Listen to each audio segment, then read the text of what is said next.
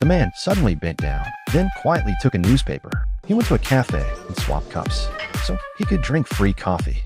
While the server wasn't looking, Mark reached over and took a piece of bread. One day Mark went to the supermarket. He picked up several toothbrushes and hid them in a customer's backpack. Then he stuffed a toy into a nearby stroller. Next he took baby shoes from the shelf and slipped them into his pocket when no one was looking.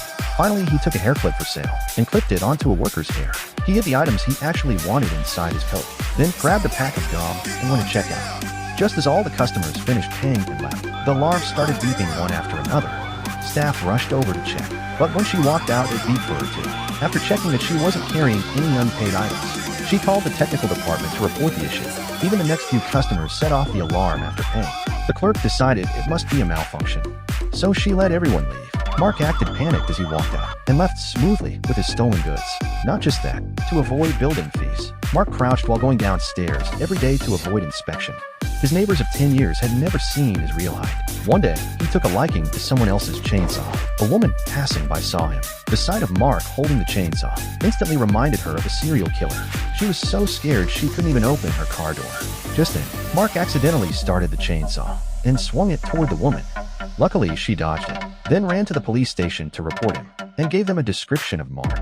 Because of this strange behavior, the police listed him as a key suspect and immediately issued a warrant for his arrest. But Mark actually went to the crime scene to watch. He was recognized by the crowd as the person the police were looking for. Seeing the officer pull out a gun, Mark turned and ran in terror. He hid in a corner, then climbed through a window into his friend's house. But his friend wasn't home. What Mark didn't know was that his friend's house was the most dangerous place of all. The man spotted a strange-looking stone. He brushed away the dust on its surface and discovered it was gold. He quickly called his friend over to see. His friend took out a lighter and held a flame to it. But even after burning it for a while, the color didn't change. The two stared at the stone in amazement, then grabbed tools and started digging. The gold seemed to grow larger the more they dug. They tried to break off a piece together, but couldn't budge, and no matter how hard they pulled. Next, they tied a rope around it and tried pulling with their vehicle, but the rope couldn't take the strain. Frustrated, his friend got out of the car. They kept digging downward, only to realize it wasn't just a lump of gold, but a seemingly bottomless gold mountain. With the sun about to set, they gathered some firewood and lit a fire. Sitting by the flames, they grew excited. But the real problem was how to transport the gold. His friend suggested one of them go find an excavator, while the other stayed behind to guard the treasure. The next day, they divided their water and food. His friend claimed he needed extra water to cool the engine, and took most of it with him. Then he tossed the man a satellite phone and drove off. After watching him leave, the man covered the gold with sand and set up a tarp between trees for shade. The following day, the man went out to gather dry wood and came across the wreckage of a small plane. It made a decent shelter, blocking the scorching sun by day and offering some protection from wild animals at night. But from here, he couldn't see the gold. He looked into the distance, then removed some fragments from the plane and dragged them back near the gold site. Prolonged exposure had already left him sunburned. He finally propped the pieces against a dead tree to form a rough tent, before collapsing into exhausted sleep. After a short rest, he forced himself up. The man looked at the gold beside him, then used all his strength to break off a piece. He hugged it, smiling weakly. Just then the phone rang. His friend told him the truck had broken down. He needed one more day. That night, the man burned the last of his firewood. The next morning, he woke up in the makeshift shelter, his face sunburned and bleeding. His friend still hadn't returned, and danger was steadily closing in on him. The man went hunting in the mountains and found a strange-looking stone. He carefully picked it up. Its surface was incredibly smooth. Jack then took the stone to a butcher shop and handed it to the owner.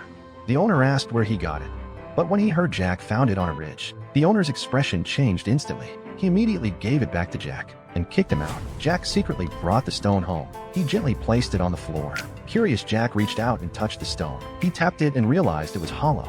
Then something eerie happened.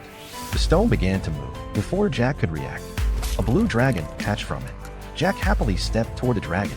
It walked toward him, then suddenly spread its wings, scaring him back. The dragon stared curiously at Jack. Jack reached out to pet it, but was met with a bolt of lightning. When Jack woke up again, the little dragon was curled in his arms, and a mark had appeared on his palm. Just then Jack's uncle called for him. The sudden sound scared the dragon away. Jack brought over a bucket of milk, poured it into a bag, and offered it to the dragon. The dragon stared, then bit through the bag. It sniffed the spilled milk on the floor, turned away uninterested, then flew behind the bag. Jack hurried over to look and found the dragon chewing on a mouse. One day, Jack was playing with a dragon in the grass. It flapped its wings and flew into the sky until it slowly disappeared. Jack thought the dragon had left him, but then the mark on his hand began to glow. High in the clouds, the dragon was evolving. When it landed back on the ground, it had grown into a giant creature. Jack could now understand the dragon's language. The mark on his hand was a bond between them, but neither of them knew. Danger was already approaching them.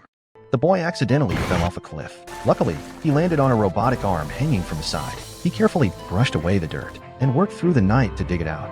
Jack was stunned to discover that after charging, the robot could actually start up normally. It even mimicked his movements. After cleaning the robot thoroughly, Jack found its name was Adam.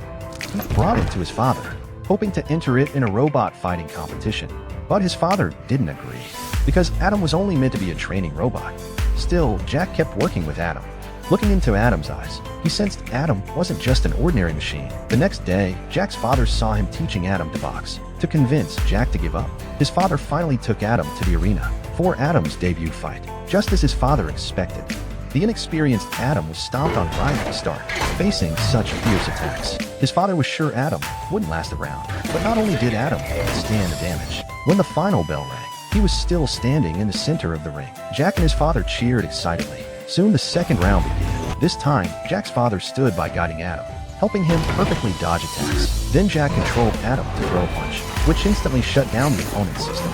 Jack won a match, and they collected their prize money. As they were about to leave, a man handed Jack's father a business card. His father glanced at the address. After returning home, he began teaching Adam advanced boxing techniques. They took Adam to compete everywhere, and Adam lived up to their hopes, not only winning every match, but also earning substantial rewards. Adam became a fighting star, and the once distant father and son grew closer through each competition.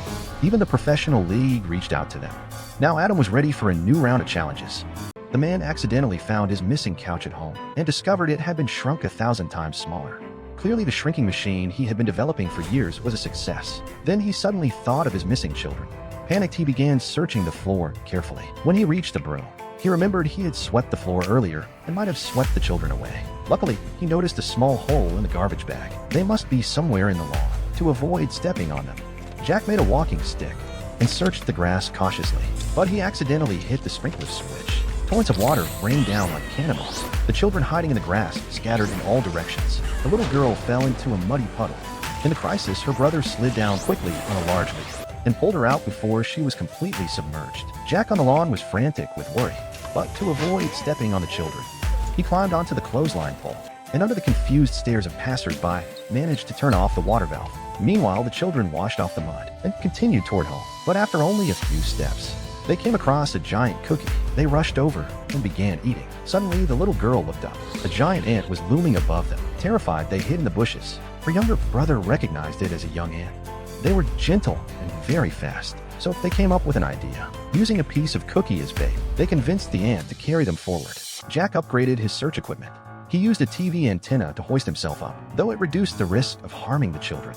The search progress became painfully slow. Out of options, Jack asked his wife for help and told her the children had been shrunk. Together, they searched the lawn. A neighbor happened to see them. He tossed a cigarette but into the grass. The children used it to light a torch and kept moving. When they reached a certain spot, a huge building block suddenly blocked their path. The children climbed inside and fell asleep, but they didn't know. Danger was slowly closing in on them.